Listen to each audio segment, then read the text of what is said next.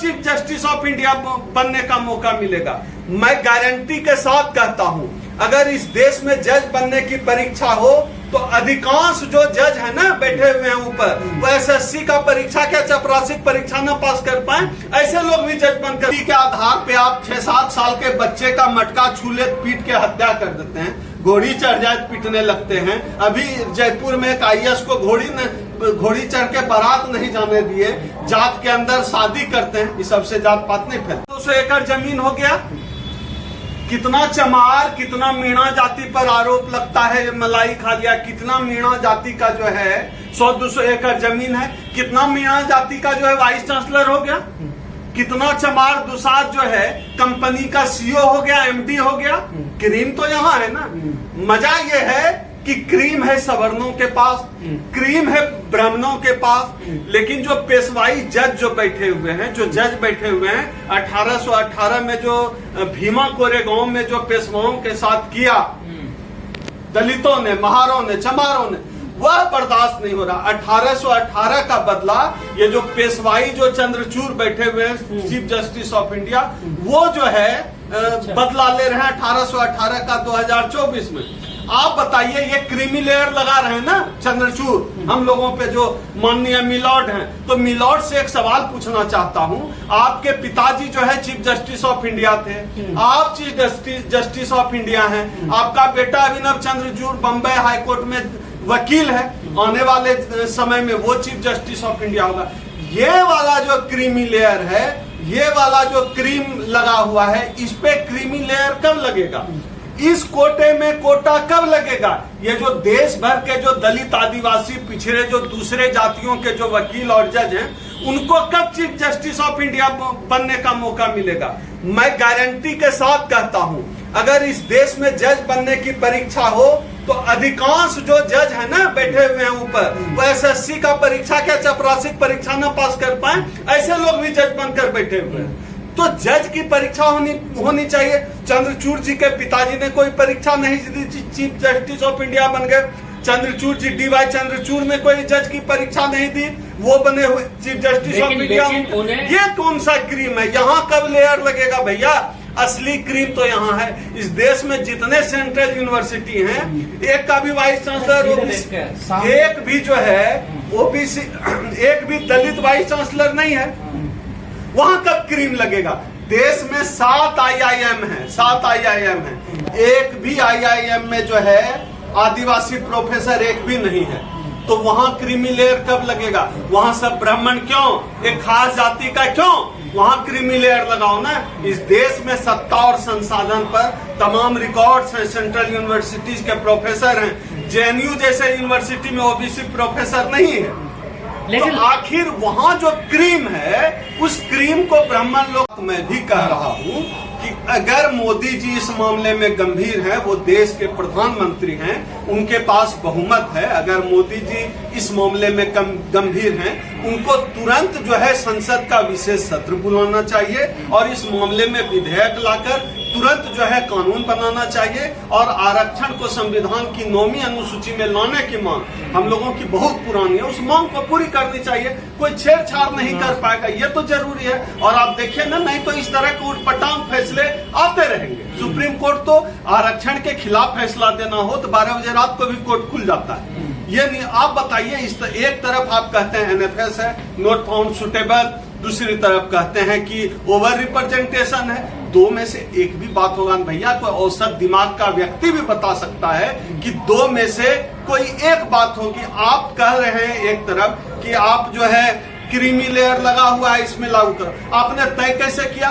कौन सा आंकड़ा था आपके पास? कोई जाति जनगणना का आंकड़ा है, इस जाति ने फायदा ले लिया, उस जाति ने नहीं लिया? कौन सा आंकड़ा है? माननीय सुप्रीम कोर्ट को, मिलॉर्ड को बताना चाहिए कि किस आंकड़े के आधार पर उन्होंने इस तरह का फैसला दिया है। इस पूरे मामले पर हम लोग, हमारे वकील हैं advocate Rajesh Ranjan, supreme court के वकील हैं, हम लोग अभी इस मामले में सुप्रीम कोर्ट रिव्यू पिटीशन के लिए जा रहे हैं। इस मामले में जब तक न्याय नहीं मिलेगा, हम संवैधानिक तरीके से सड़क से लेकर संसद तक, संसद से लेकर सुप्रीम कोर्ट तक, हम लोग हर स्तर पर लड़ाई लड़ते जा रहे हैं। और मैं आपके चैनल के माध्यम से लोगों से अपील भी करना चाहता हूं, जहां जहां संभव हो इस मामले में रिव्यू पिटीशन डालिए, और हम लोग दिल्ली में रिव्यू पिटीशन डाल रहे हैं। मैं अगर आप लोगों की इजाजत हो, मैं अपना नंबर बोल देता हूं। जो भी साथी जुड़ना चाहते हैं, हमारे साथ एसोसिएट होना चाहते हैं इस पूरे मसले पर, आप जुड़ सकते हैं। मेरा नंबर है 8743915595। इस नंबर पे आप संपर्क कर सकते हैं। पूरे आंदोलन की रूपरेखा हम लोग साथ मिलकर बनाएंगे, सुप्रीम कोर्ट रिव्यू पिटीशन में जाएंगे,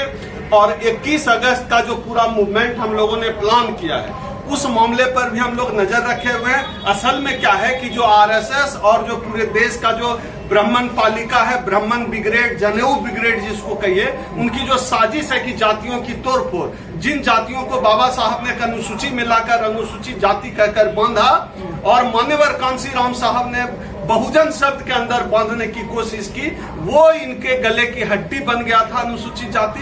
इसको ये जातियों में तोड़ने के लिए इनकी ये साजिश है, और ये सफल हो जाएंगे अगर हम लोग 21 अगस्त को अगर कायदे से मामले पर नजर रख के हम लोग प्रोटेस्ट में नहीं जाते हैं। लेकिन असली फैसला तो वर्गीकरण का था ना सुप्रीम कोर्ट का, तो क्रीमी लेयर में क्यों बात कर रही है सरकार? नहीं, उनका आधार यही तो हम लोग समझना चाहते हैं। आखिर इनकी जो मंशा है ना, असल में सरकार जो क्रीमी लेयर पे बात कर रही है, आप समझिए, इसको कहते हैं चोर की दाढ़ी में तिनका। मतलब पता चल रहा है आप चाहते क्या है। इनकी जो नजर है ना, इनको बर्दाश्त ही नहीं हो रहा है ना भाई, कि इनके सामने जो नंग धरंग चलता था अच्छा कपड़ा पहनता है। असली दिक्कत, मैं बार बार ये चीज कहता हूँ, असली दिक्कत वहां से है। कोई यादव है तो दूध है, अब मंडल कमीशन आ गया तो यादव प्रोफेसर बनने लगा, कोट पैंट पहनने लगा, IAS बनने लगा।